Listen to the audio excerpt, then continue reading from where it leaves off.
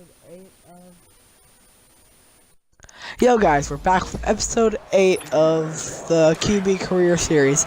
And I screwed up and lost half the footage to start with the Chargers video. But there are going to be 2 episodes, there's going to be 2 games in this episode. And I thought they still played in the Coliseum. Why are they in Hollywood? I think we're in Hollywood Park or something.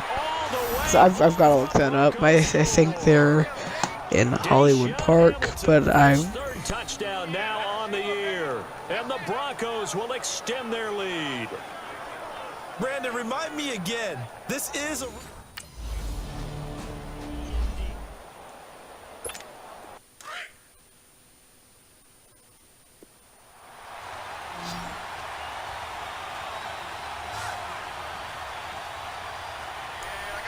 Actually, no, I was wrong. It was the StubHub Center, but still, whatever. I like this stadium. Whatever, it's totally irrelevant. I don't know why I had to Google that, but either way.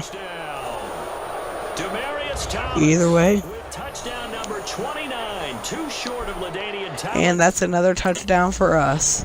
We're 76 overall now, so that's pretty cool, I guess. But oh, by the way, sub to PewDiePie. They've already lost. PewDiePie's already lost, but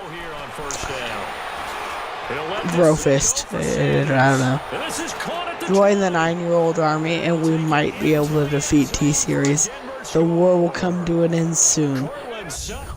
We have to beat them to 100 mil. Then the war can end. Actually, I don't know why everyone's taking this meme seriously. And let's keep memes alive.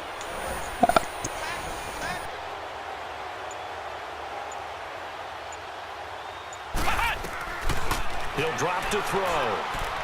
He sets to fire deep. It's caught inside the 25. And he is into the end zone for a Denver touchdown. A man.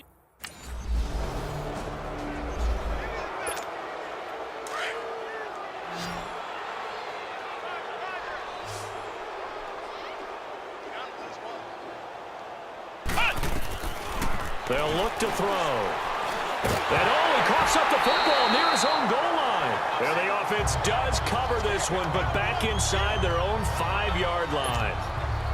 On plays like this where the ball comes free, it's often unusual for the team that lost it to get it back. Because this is the quarterback. The ball gets away from him. Everyone else is trying to execute what they're supposed to do on offense. They're usually looking in the other direction, downfield. And got his man complete. 20, 10, and he'll take it into the end zone for a Denver score. Emmanuel Sanders, touch.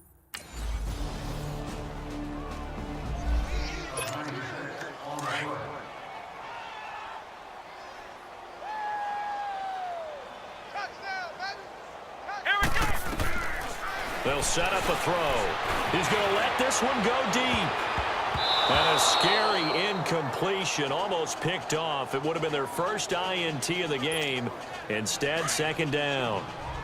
Charles, you said earlier this defense is probably going to need to hold these guys right around 20 or under that if they were going to have a chance. It was evident pretty early on that wasn't going to happen. Yeah, they left 20 behind a long time ago in this game, didn't they? And that's caught at the 25. And they are going to score again. Yet another touchdown as they just add to their totals. And for them, this train, it just keeps rolling, doesn't it? Well on their way to yet another.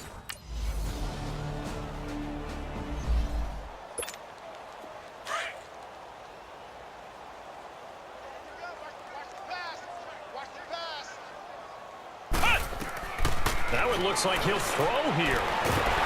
And the Chargers rush is going to get there. Down he goes. Joey Bosa in there to get him for sack number 9 now on the year. After the sack, it's 2nd and 19, and the road gets a bit tougher from here.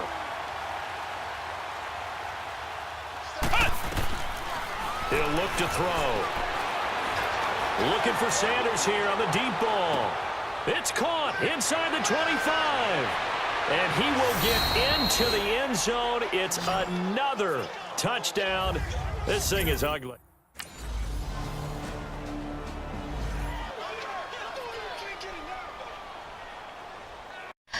Alright, so we're into the second game. Let's get into this. We're up in Mile High after taking a dub at the Chargers. Let's see if we can take a dub against the Steelers.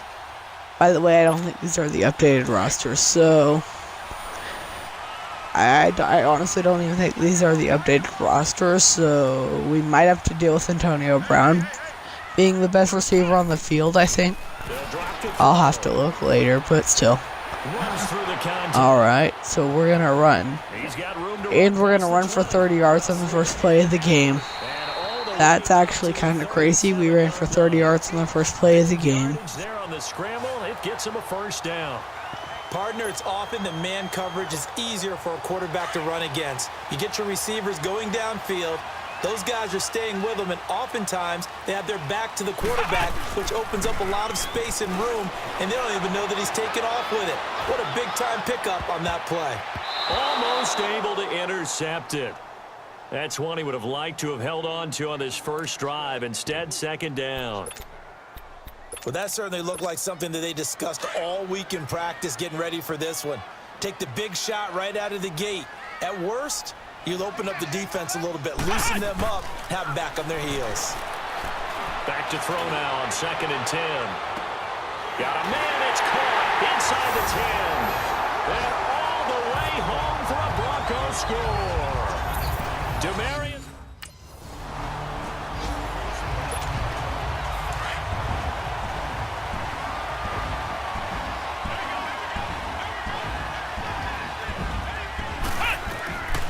Now back to throw.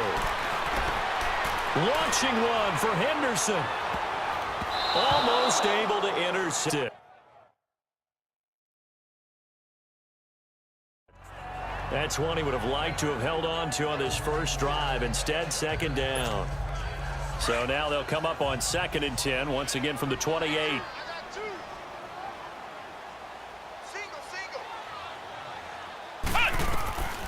He'll try again with the arm here on 2nd down. Looking low, and that's caught inside the 35. And all the way down to the 29.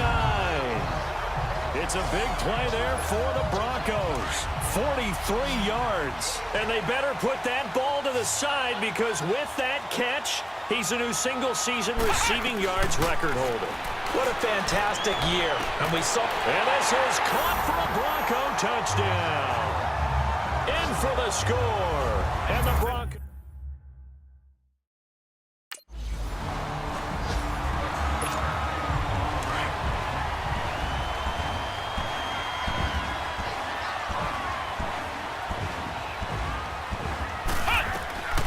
He'll look to throw.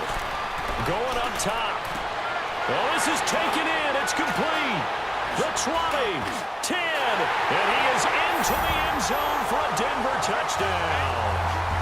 Cortland Sutton, 80.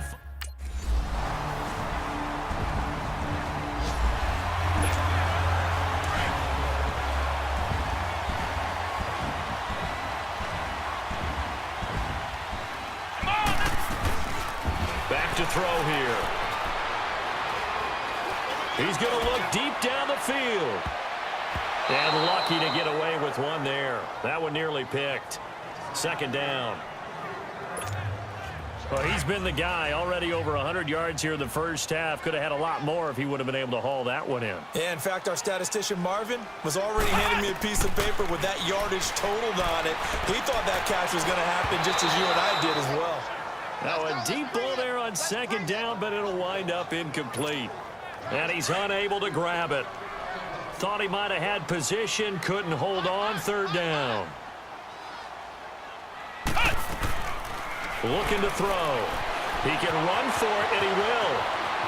He'll have a first down past the 40. And he's all the way up to the 39-yard line that time. Give him 14 yards there and a Denver first down.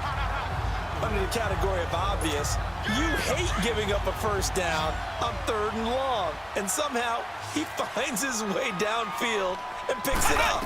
Yeah, if you look at the coverage defensively, oh, this is great, but no one accounted for him at the quarterback spot. At some point, you actually have to tackle him and get him on the ground short of the first down marker. And now a throw on first down there, but it's incomplete. He kind of forced that one there, didn't he? It's almost like he predetermined where he was going to go with the football. Yeah, he wasn't really going through progressions. He wanted to go to his top guy. You do that against this defense. And the Steeler pressure too much here. He's going to go down. Stephon Tuitt in there to drop him for his 5th sack of the year. So this has been a lot like a tennis match, hasn't it? Back and forth. Both these offenses having their way so far. So maybe the question isn't who's going to score the most points in this game. And that's caught inside the 35.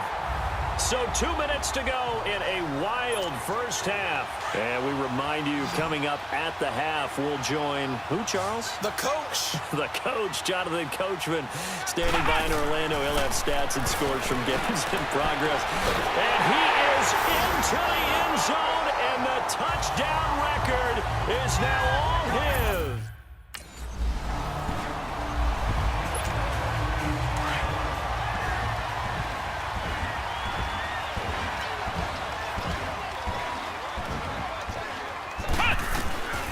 Back to throw.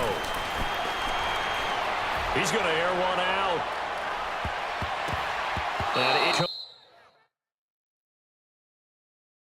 complete. Crisis averted. Almost picked. Instead, 2nd down. You're down 2 touchdowns. You just know defensively you absolutely have to come up with a big play. That nearly was one right there. You looked over at the sideline immediately after the drop and just saw the dejection. They felt it. They thought he had. This is caught at the 20. And all the way home for a Broncos score. Demaryius Thomas on his way to...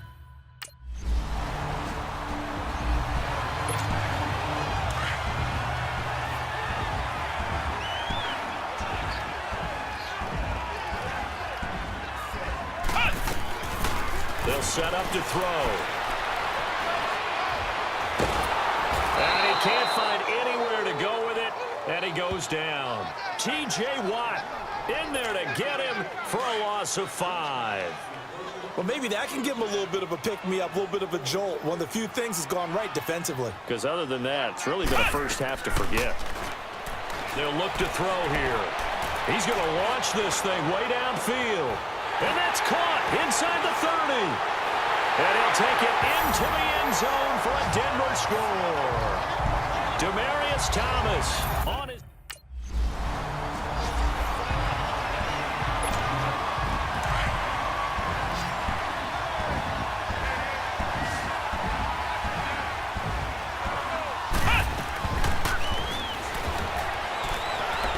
He's going to wind up and air it out. He's got him in.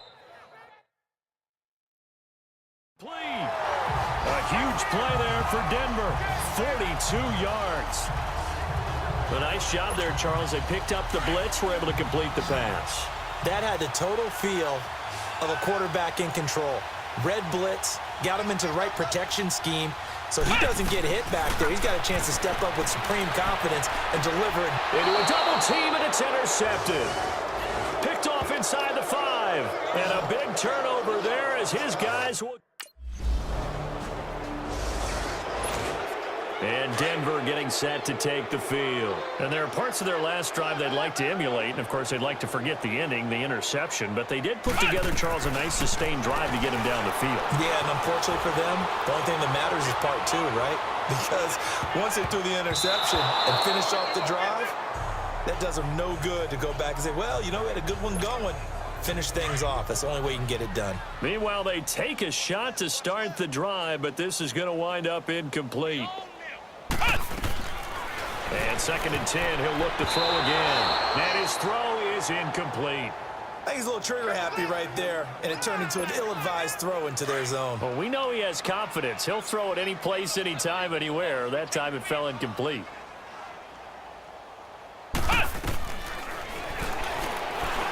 He'll air it out deep for Thomas.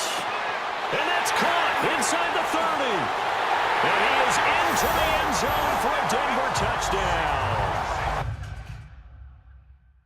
Demaryius Thomas, 7.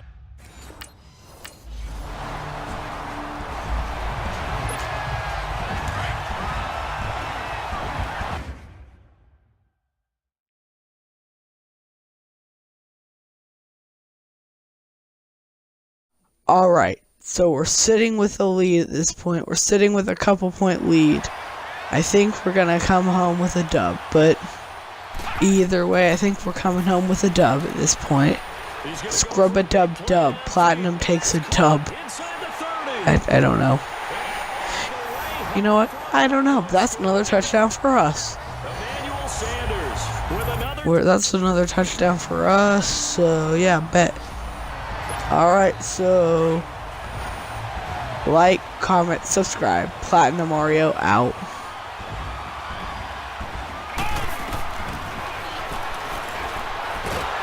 And the Steeler pressure too much here. He's going down. T.J. Watt in there to pick up his second sack now of the afternoon. And that was just absolute perfect man coverage. Nowhere for them to go with the football. Led to a sack. That's really difficult to do in today's NFL with all these gazelles running around that you're trying to cover in the secondary. He'll let this thing go for Sanders. And he bats it away, and it falls down incomplete. Artie Burns, former first-rounder, there to break that one up. Fourth quarter, you've got the big lead. If you're coaching, Charles, you still taking shots like that downfield? I'd be a little more concerned with running some clock and making sure you're taking care of the lead, because you keep flinging it around, you throw a couple of picks, you can put yourself in jeopardy. Now a shot taken on third down, but it's...